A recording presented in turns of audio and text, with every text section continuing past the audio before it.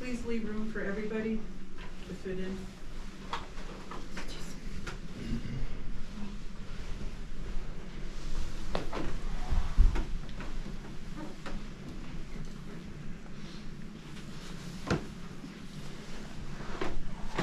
Okay, everybody, we're in the Celestial Suites. So this is the sitting room. There's a bedroom on each side. Oldest mantelpiece in front of you from 12th century Spain.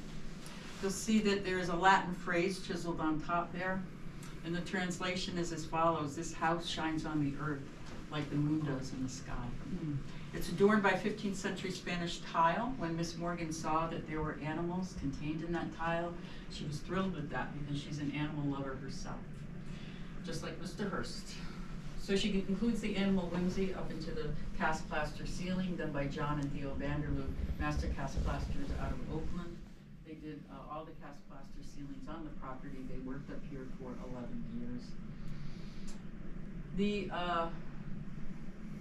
artwork done by Camille Salon, and Miss Morgan orders it gilded in 24 karat gold.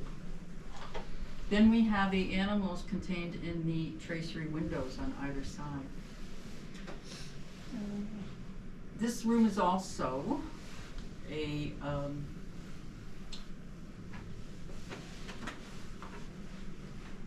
tribute to Egypt, a small tribute to Egypt. Phoebe Hearst loved Egypt. She taught her son how to love Egyptian art. She financed several digs over there.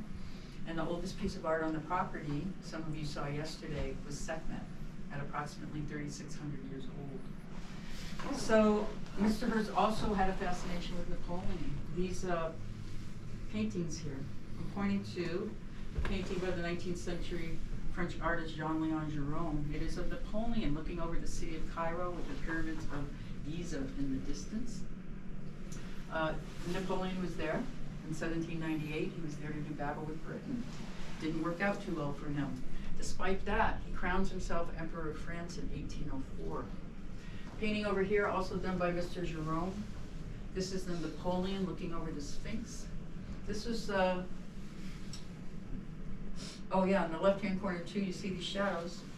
That's of the Napoleon's cavalry sitting atop their horses.